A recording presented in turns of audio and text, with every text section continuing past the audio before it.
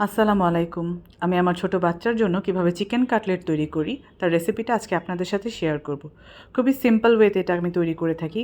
এজন্য ফার্স্টে আমি মুরগি এবং আলুগুলোকে ছোট ছোট কেটে তারপর এটা সিদ্ধ করার জন্য সামান্য পানির মধ্যে একটু আদা বাটা এবং হলুদ দিয়ে এটাকে হালকা সিদ্ধ করে নিব।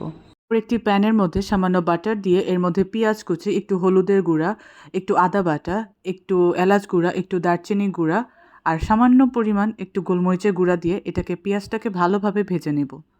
পেঁয়াজটা যখন বাদামি কালার হয়ে আসবে তখন এটাকে চুলা থেকে নামিয়ে নিব। এদিকে আমি আলুগুলোকে ভালোভাবে ম্যাশ করে রেখেছি এবং মুরগিটাকে ছোট ছোট করে কেটে নিয়েছি। এরপর আলু, মুরগি এবং পেঁয়াজটাকে একসাথে ভালোভাবে মিশিয়ে এতে সামান্য পরিমাণ একটু শুকনো মরিচের গুঁড়ো দিয়ে এটাকে একটা কাটলেটের শেপ করে নিব।